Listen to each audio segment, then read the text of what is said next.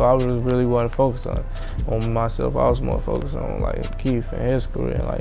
But we was already like at the forefront of Chicago, like before that. When Chief Keef shot his music video for I Don't Like in March of 2012, well, he introduced us all to a dozen or so of his shirtless friends. Now, right in the middle of that group was a dude with an upside down cross tattooed into the center of his forehead, whom would soon become known as Fredo Santana.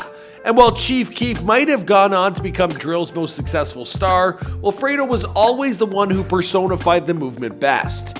Now, that incredibly intense glare, deadpan voice, and a disposition for mimicking horror movie villains on mixtape covers, well, it all played into Santana's larger-than-life image. Until eventually, well, that image, it overtook his life. Now, in January of 2018, well, Fredo Santana, he would die as a result of cardiovascular disease.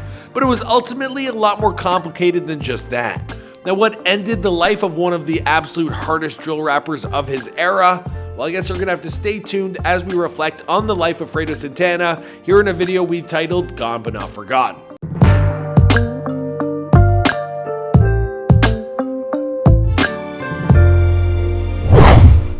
Fredo Santana was born Derek Coleman on July 4th, 1990 in Parkway Gardens, specifically in the O Block. And well, that's one of the most dangerous areas in all of Chicago.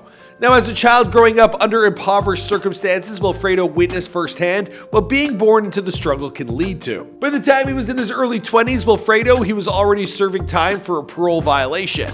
Now, this just so happened to coincide with the rise of his younger cousin Chief Keef as a big-time rapper, and so when Fredo was released from prison in February of 2012, well, he immediately joined his cousin's ranks, hoping that the opportunity would lead to a way out. That's why I respect Keef so much, you know, because he kind of like brought the light back to the city, you know, and I just was talking about that. This man put like 200 and some people on their feet, you know. As Fredo followed his cousin around, he realized that for the most part, well, the media treated Chief as a means to an end. Whenever they'd interview him, they'd always want to discuss the propensity for violence and drill music and try to pigeonhole that into the overall Chicago gun violence narrative.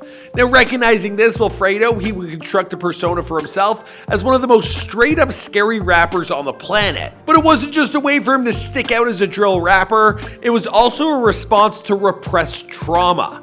Now, when asked at the offset of his career what his music sounded like, well, Fredo's description, it should tell you everything you need to know not only about the man, but, well, how he thinks of music in relation to his own life. He stated, "It sounds like struggle. I don't rap too much about flashy type stuff. You know, I rap about struggle, heart, life in Chicago." Now, when it comes to drill music, well, roughness is a feature, not a bug. And from the very beginning, well, there wasn't anybody rougher than Fredo Santana. Now, one of the best examples of this, well, it was his debut mixtape, It's a Scary Sight. Released in 2012, tracks like Got Myself, Glory Shit, and Beef, well, they would personify the drill movement and immediately establish Santana as an up-and-coming artist to keep an eye on. Now, his second tape, Fredo Krueger, it would arrive only months later, and it would make vividly clear his fascination with some of the most violent legends of all time. We're talking horror movie icons. Now, shortly thereafter, the fall of 2013, well, it would wind up becoming the peak of Fredo Santana's career.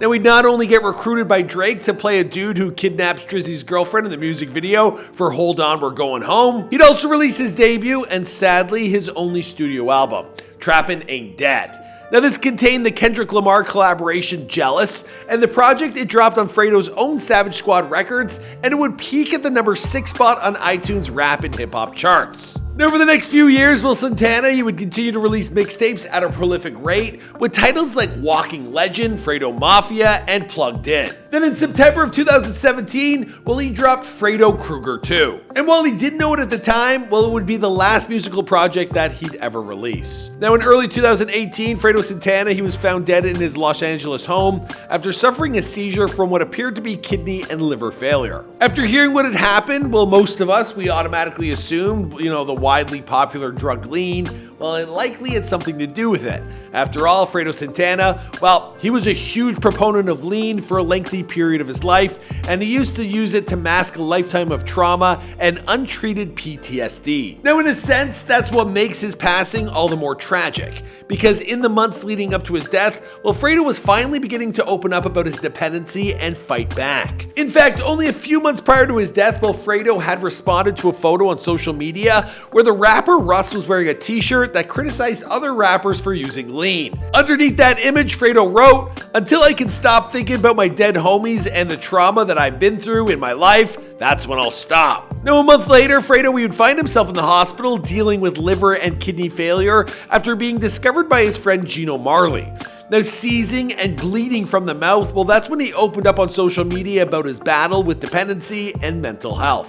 Over on Twitter, he'd summarized by letting his followers know he had quite the struggle ahead of him. He stated, "Hopefully I can be the face to show, to slow down, and we got our whole life ahead of us.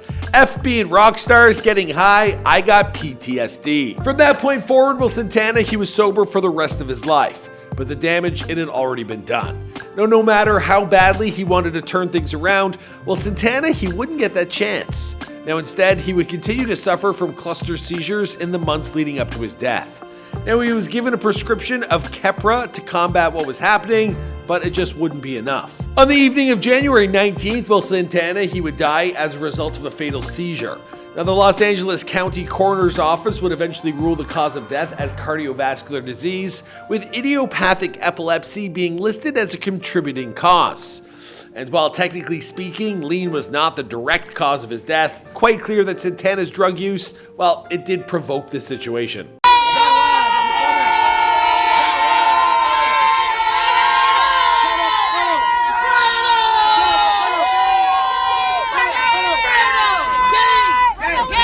Fredo Santana was only 27 years old when he died, tragically making him yet another member of the 27 Club. Now, he would leave behind his girlfriend and their 8-month-old son named Legend Derek Coleman. Santana would also leave behind a musical legacy that continues to be celebrated to this day.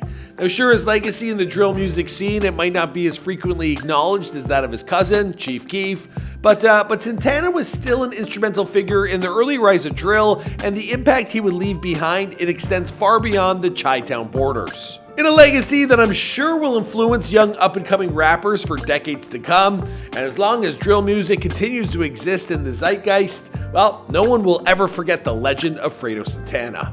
Now, you guys, I hope you guys enjoyed this look back at the life of one of drill music's biggest stars.